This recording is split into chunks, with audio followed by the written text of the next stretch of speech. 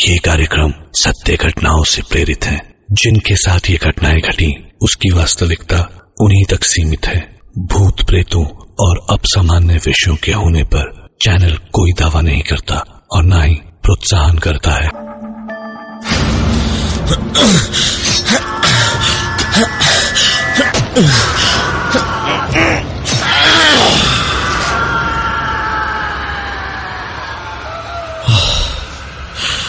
ये बहता हुआ खून, ये दर्द भरी चीखें, इन पर किसी को रहम कैसे आ सकता है? इसमें तो मजा आता है। मैं रोज ऐसे ही निकलता हूं, नशे में धौत होकर। शाम के बाद ही मुझे शराब या कुछ तो नशे का चाहिए होता है। इसके बाद मुझे सचमुच एहसास होता है कि इंसान कितना ताकतवर है। कुछ भी नहीं, जेब में बस एक चाकू लेकर घूमता हूं। ऐसी खूबसूरत दुनिया में कोई भी दर्द से जूझता हुआ दिखता है ना, तो उसे उसके दर्द से आजाद कर देता हूं। इंसान सिर्फ ताकतवर ही अच्छा लगता है, कमजोर नहीं। इस भिखारी को कितनी बार समझाया था दूर रहे मुझसे, लेकिन नहीं, रोज गिड़गिड़ाता हुआ भीख मांगने आ ही जाता था। आज रहा नहीं गया। आज मैंने उसे अपनी ताकत और उसकी कमजोरी का उसे एहसास दिला दिया।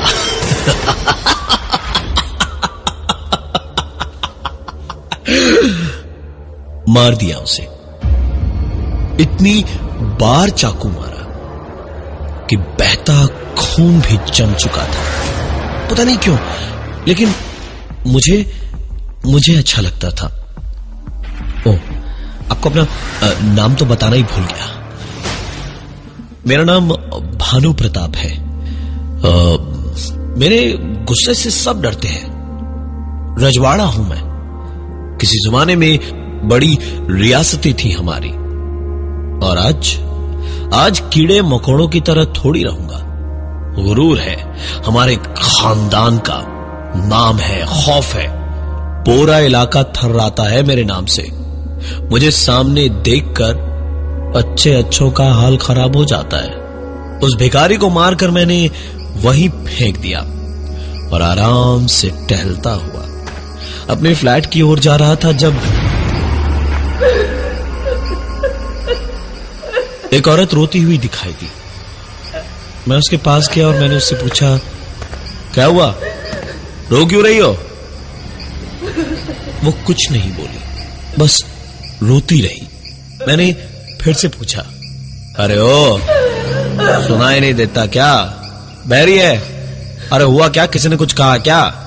उसका रोना बंद हुआ। आंसू पहुंचकर बोली कि उसका बच्चा बीमार है, पति शराब में पैसे उड़ा देता है और उससे धंधा भी करवाता है।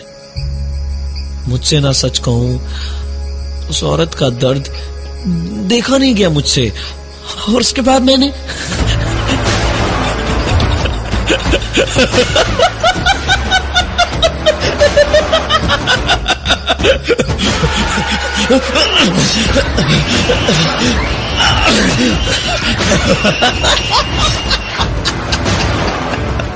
उसके दर्द से उसे आजाद कर दिया। खुशी हो रही थी मुझे, गुदगुदी सी हो रही थी, मजा आ रहा था मुझे। उसे भी मार दिया था मैंने। इंसान तो ताकतवर बनने को ही पैदा हुआ है। पूरी दुनिया पे इंसान राज करता है, और ये साले कीड़े मकोड़े हैं, पूरी दुनिया पर धब्बा है, धब्बा। कमजोर जो भी हो उसे मिटा देना ही बेहतर है दुनिया में। मैंने उस कमजोर औरत को भी मार दिया। आराम से मैं अपने घर जा रहा था, सुकून से। बिल्डिंग पर जाकर लिफ्ट में चढ़ा और फिर लिफ्ट पे अपने 10th फ्लोर का बटन दबाया। लिफ्ट जाकर 10th फ्लोर पे रुकी तो मैंने देखा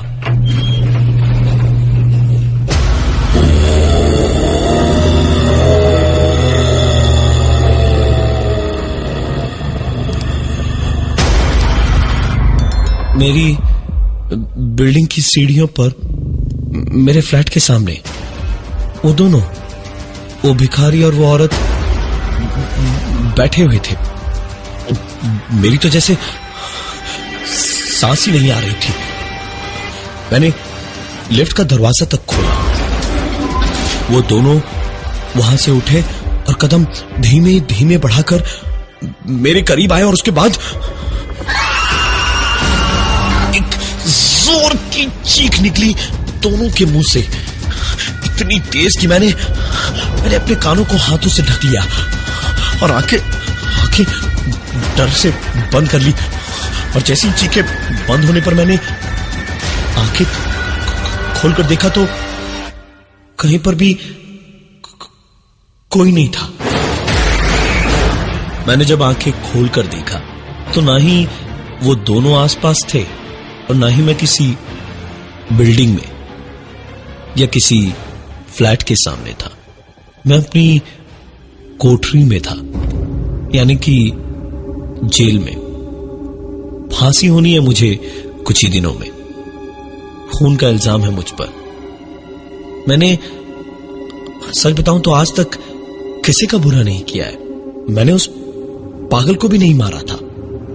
वही पागल जो मेरे शोरूम के पास घूमता रहता था। मैं रोज शोरूम बंद करते वक्त बस एक ही प्रार्थना करता था कि उस मनहूस का मुंह न दिखाई दे। लेकिन उस रात सड़क खाली थी। आसपास कोई इंसान तो क्या, कोई जानवर भी नहीं था।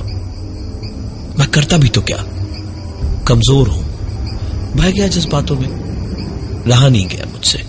वो पागल हंसता हुआ उधर से निकल रहा था और मुझे देखकर हंस रहा था और कुछ तो अपने आप में ही बोले जा रहा था। नहीं रहा गया मुझसे। मैंने उसे इशारा करके भागने को कहा तो उसने गुस्से में मुझ पर ही पत्थर फेंका। एक दो पत्थर से तो मैं बच गया, लेकिन तीसरा पत्थर आकर मेरे सर पर लगा। अब मेरे जैसा आदमी इतना तो झेल नहीं सकता ना। हाँ, मैंने चाकू निकाल लिया जेब से और बस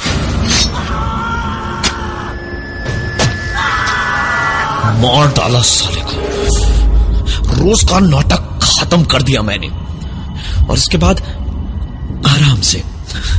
आराम से अपना स्कूटर चालू किया और घर को निकल पड़ा। लेकिन बीच रास्ते में घर जाते वक्त मुझे सड़क के बीचों बीच बैठा हुआ वही पागल दिखाई दिया।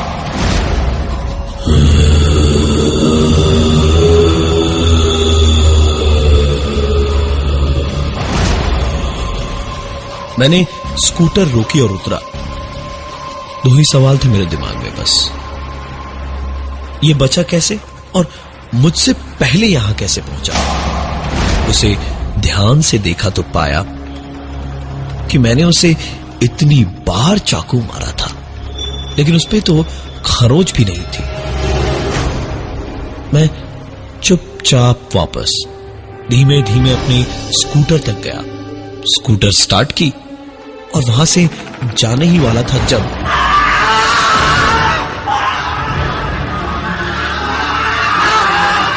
वो पागल उठा और चीख कर भागा वहां से। मेरी तो जैसे जान में जान आई। आखिरकार आराम से अब मैं यहां से जा सकता था। मैंने भी स्कूटर आगे बढ़ाई, लेकिन कुछ ही आगे गया था जब मेरे कानों में कोई बोला, कितना भागेगा भंकू, हम सब तुझे छोड़ेंगे नहीं।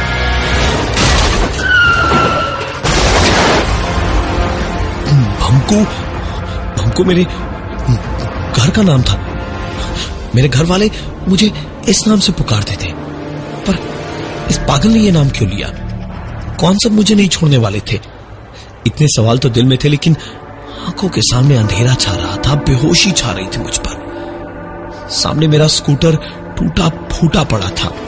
मेरे सर से, हाथ पांव से चोटों से खून बह रहा था और मैं आखिरकार मैं बेहोश हो गया। मेरी आंख खुली तब जब चारों ओर से रोने की आवाजें आ रही थी। आवाज शुरुआत में धीमी थी, लेकिन फिर धीरे धीरे बढ़ती गई। मैं बेहोशी से कराहता हुआ पानी मांगता हुआ धीमे धीमे आंखें खोलने की कोशिश कर रहा था। प्यास से गला सूख चुका था बुरी तरह से। रोने धोने की आवाजों से यही उम्मीद थी कि आसपास मेरे अपने लोग होंगे, इसलिए मुझे घबराने या परेशान होने की जरूरत नहीं थी। मैंने पानी मांगते हुए आंखें खोली तो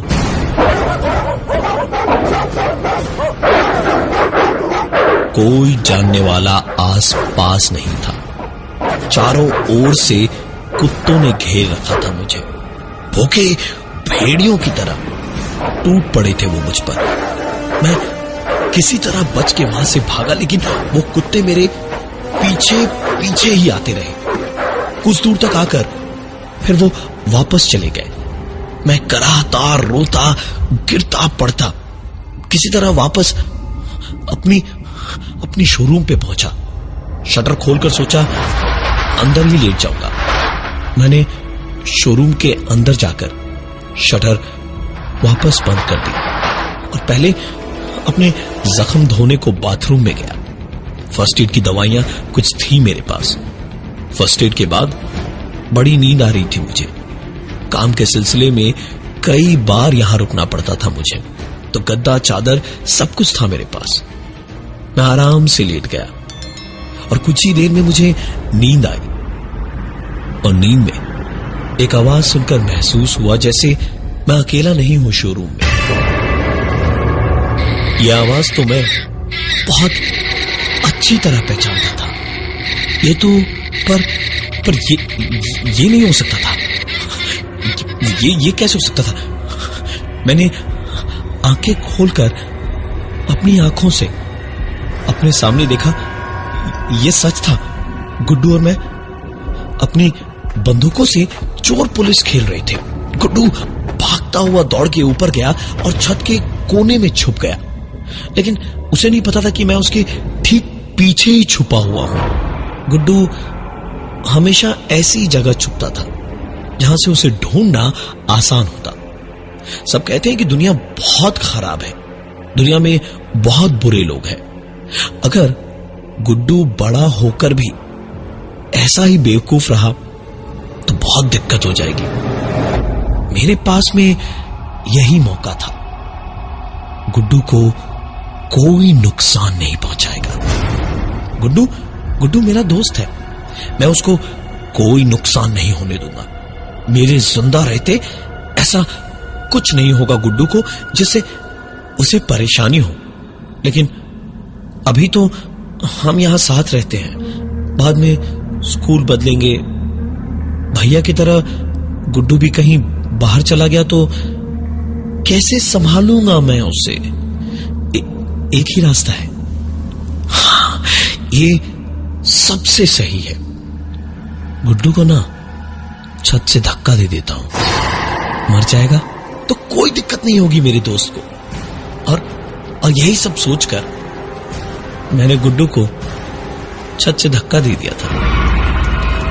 और गुड्डू 5 साल की उम्र में खेलते खेलते छत से गिरकर मर चुका था। लोग कहते हैं कि मैंने बहुतों को मारा है। लोग ये भी कहते हैं कि मैंने गलत किया है, पर बेवकूफ था, पूरा बेवकूफ। उसके सामने मैंने उसकी बीवी पर डोरे डाले और वो कुछ नहीं बोला। मैंने दोनों का तलाक करवा दिया। दोनों सड़क पर आ गए, भीख मांगने पर मजबूर कर दिया। लेकिन वो समझा ही नहीं कि मैं उसके भले के लिए सब कर रहा था, कि वो दुनिया से लड़ सके। पर जब मैं समझ गया कि इस नामुराद का कुछ नहीं हो सकता, तो मुझे उसे आजाद करना पड़ा। वो औरत, वो उसकी बीवी थी। वो तो गलत थी, उसे तो अपने किए की सजा मिलनी थी ना। आप ही बताइए, क्यों ना मारता मैं उसे? और वो पागल वो मेरा बाप था। हमेशा कहता था कि मैं जिंदगी में कुछ नहीं कर पाऊंगा। हर वक्त हर लम्हा बस मेरी कमियां निकालते थे। अरे मैं भी इंसान हूं, मेरा भी दिल है, बुरा लगता है, बेइज्जती भी महसूस होती है। एक रात गुस्से में मैंने घर को आग लगा दी थी। मां उसी में जल के मारी गई थी। जब पिताजी को पता चला तो वो पागल हो गए। मैंने कहा कि अच्छा है, आपकी रोज के शराब के नशे में धोत होकर पीटने से बच गई वो, लेकिन पागल हो ही चुके थे। अब क्या समझ आता उन्हें। खुश था मैं, बहुत खुश था। आज मेरी फांसी का दिन है। कोठरी के दरवाजे के उस पार से सिपाहियों के आने की आवाजें आ रही है। आज मेरी अपनी आजादी है। लेकिन ये मेरी आजादी कैसे होगी? मैं तो ताकतवर हूं ना, मैं कमजोर नहीं हूं। मुझे इन्हें समझाना होगा, बात करनी होगी इनसे। मैं यहां नहीं हूं, मैं यहां हूं ही नहीं। मैं तो मर चुका हूं। सुन रहे हो सिपाहियों? अरे मैं नहीं हूं। अरे वो देखो, मेरे पिताजी तुम्हारे ठीक पीछे खड़े हैं। उनसे कह दो कि मैं नहीं हूं यहां। ऐसे ना घूरे मुझे। शादाब भी खड़ा अपनी बीवी को लिए हुए। मेरी मौत का, मेरी फांसी का तमाशा देखने आया है। पर मैं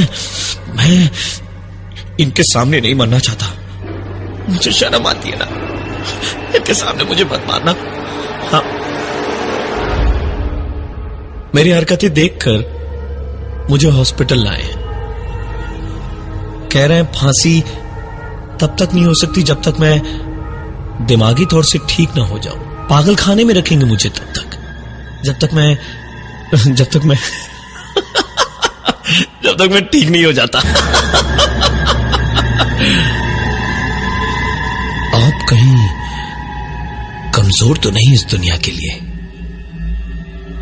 कहो तो आजाद कर दूं आपको भी।